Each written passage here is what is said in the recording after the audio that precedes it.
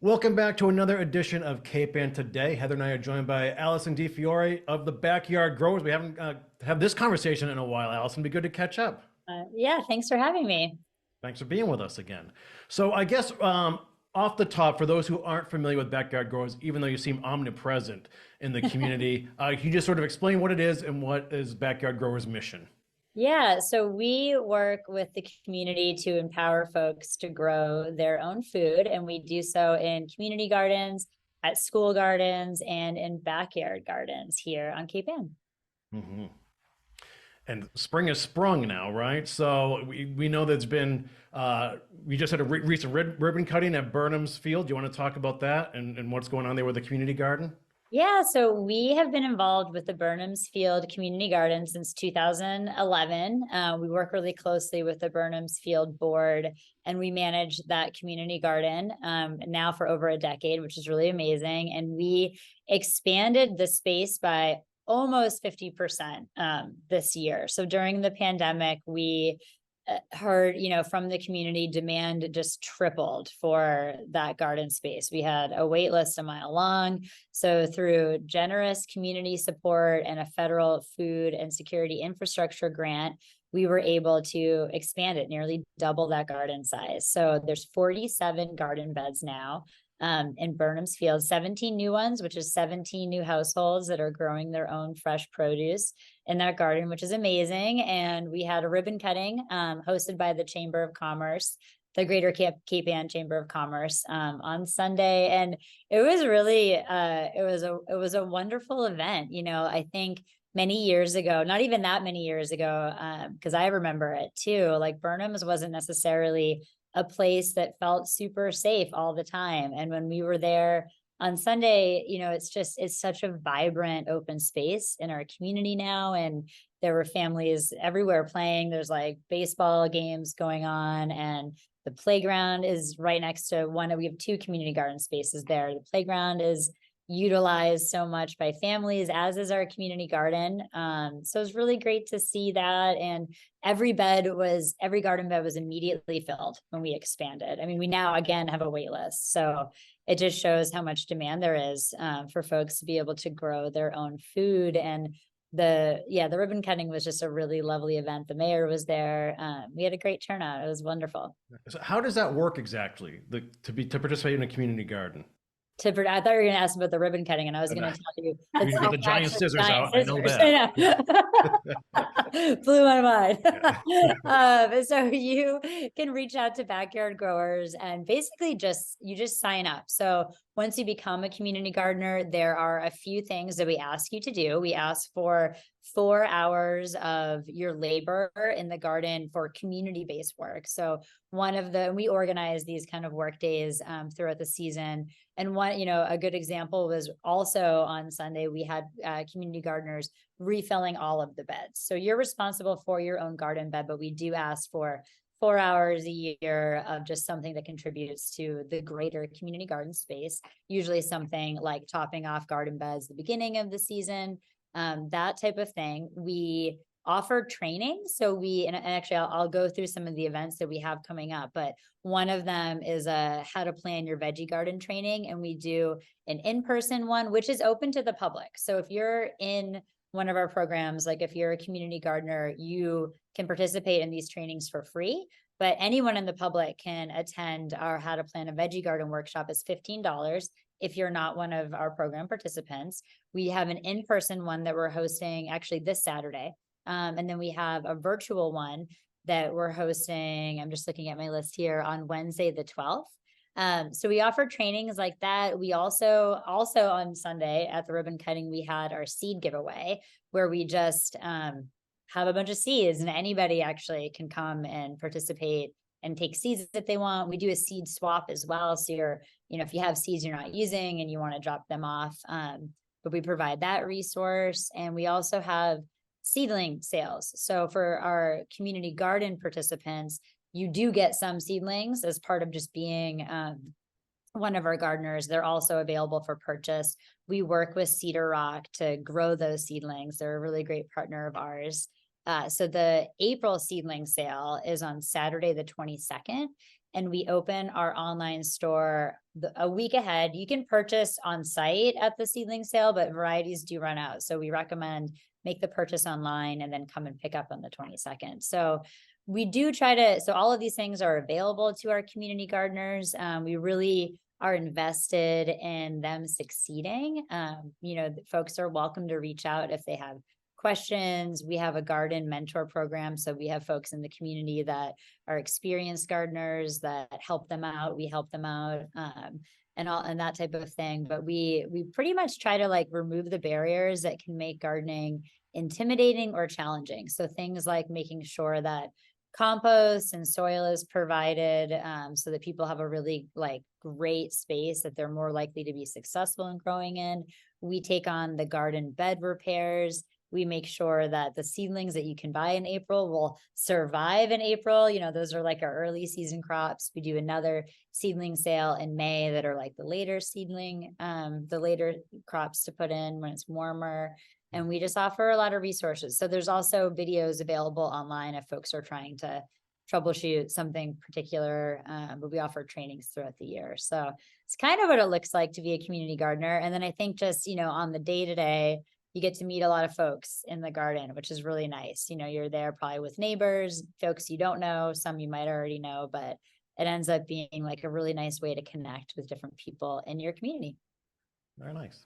I have two questions, Alison. First of all, the seedling sale, do you pick up seedlings? Is that at your offices or Burnham? Yes, Okay. just at our offices actually, which is close to Burnham's Field. So we're on Maplewood Ave in the Strong Building. And all of this, if you go to backyardgrowers.org, you can purchase the seedlings a week ahead of time, and all that information will be there. But again, it's open to the public. Okay, great. Yeah. Could you talk a little bit about the all-important earth and compost and your collaboration with Black Earth Compost? Yeah, we have a really great partnership with Black Earth Compost. They are a wonderful community asset. We do a lot of different things with them. So all of our garden beds throughout Gloucester are filled with Black Earth raised bed soil mix and compost. So we top off the beds every year with their compost, which is just, you know, a really great medium to be growing your crops in. We also have a Get a Garden, Give a Garden program that we do through Black Earth Compost. So our programs serve low to moderate income residents in the city of Gloucester. And if you don't qualify for that, but you want to purchase a garden bed for your backyard, you can do so through Black Earth's website. And you have the option of also purchasing a garden bed for somebody that does meet those income eligibility requirements for our programming. So we work really closely with Black Earth in a lot of ways, but we're super thankful for that relationship with them, because it's, I think, you know, one of the biggest barriers for folks starting a garden is like, where do you get the soil? Where do you get the compost? How are you getting it delivered, transported? It's really expensive. So we're, you know, thankful that we have this relationship with them. Yeah, no, it's so important. And you need a lot of it. Yeah, I know. Well, I'm building my backyard garden right now, and yeah, did the calculation. It's like we need 7 yards of, you know, growing medium, and getting that to where you are is a lot. And it was, you know, with the community gardens, it was really nice to see on Sunday, you know, not everybody is like able-bodied to be picking up these like super heavy totes or shoveling and doing all of these things. So when you belong to a community garden, one of our community gardens, you know, if you're not able to do that on your own, there are other folks that are going to be doing that for you, which is just really nice, because that can be a limiting factor. Right, exactly. Can you talk a little bit also about your COVID experience? Because in some ways it was the reverse. Well, a lot of people did well, but you guys kind of blossomed under COVID, right? Yeah, we did. I mean, I think, you know, there was a huge resurgence and like a quote victory garden during COVID, right? Especially when you think back to the timing, early March 2020, and how locked down everybody was, you know. And so it makes sense and we were worried about food systems, like our food systems were disrupted, right? And so you have to remember like that mental state we were all in, you know, back in March of 2020, and growing food, I think, just made sense to a lot of people for very practical reasons of like, who knows, you know, where our food is coming from. I can't get what I used to be able to get. I don't want to go to the grocery store. Also looking for outdoor activities to do. So it made sense that people were, for those reasons, wanting to garden. And then it also, people were obviously hit really hard financially because of COVID, right? And so also the work that we do provides, fresh food to the community. So for a number of reasons, there was a greater need for the work that we're doing during COVID. And then coupled with funding that became available, I'll just, refer to it generally as like COVID relief funds, we were able to utilize that. And I think the organization, and at the time I was not the ED, this was under Lara LaPianca's leadership. She really did a great job seizing those opportunities and responding really quickly to community need. And so it gave backyard growers a chance to grow that was really unique. We, at the time, were staffed pretty heavily by service members, which was wonderful and helped the organization grow from its founding. And with this COVID relief funding and this greater need, the organization was able to expand and kind of reach the next level where now we're staffed by full-time staff members, which is just, it's really great. We're able to do a lot more. Really thankful for the time that we had service members. They were integral to our growth and our work and our foundation. But we were kind of able to get to the next level as an organization through, all of what I just explained. It was a huge opportunity, and backyard growers did a good job maximizing that opportunity. And now here we are. And I think, while a lot of that urgency has maybe dissipated a bit, and that's a good thing, right?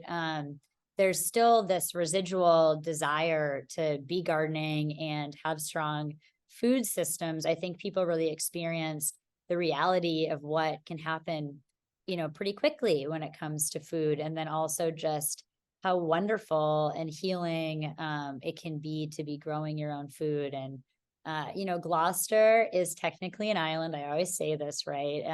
We're like barely an island, but we are an island, and we have this island resiliency. And I think that is something unique and really beautiful here, where the community has always been really strong, but definitely came together a lot around food. And we still feel that. And, the ribbon cutting was such a beautiful event because it was so community centric, like truly like the community funded this garden, the garden expansion that we had. So yeah, we've had an opportunity to blossom and grow. I'm the first ED that's not Lara. I'm the first non-founder ED. And so that's saying something too. I think it can be hard for an organization to, live beyond a founder leaving. And Lara did a really wonderful job of making sure that backyard growers would survive that transition. And I have the fun job of being here, like, as we are blossoming. Well, Alison, spring has sprung. So do you want to Yeah. talk about spring initiatives and some upcoming events you have? Yeah. So I have got my list next to me, so my eyes are like wandering over. That's why.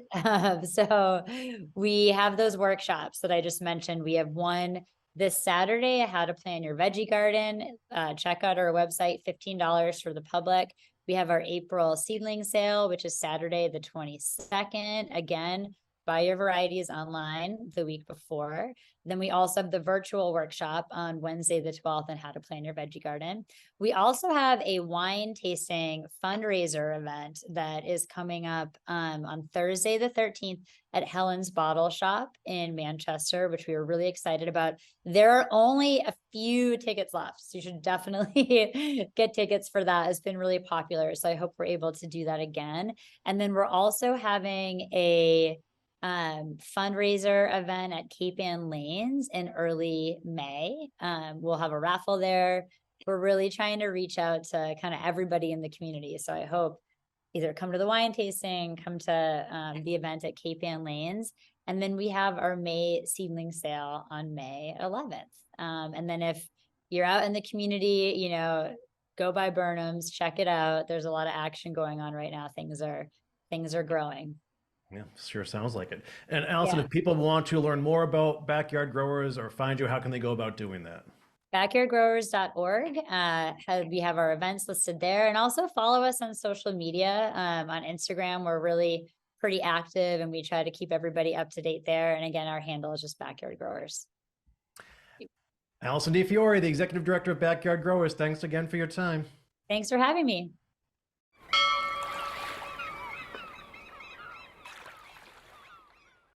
Interested in a sponsorship? Email sponsor@1623studios.org to learn more.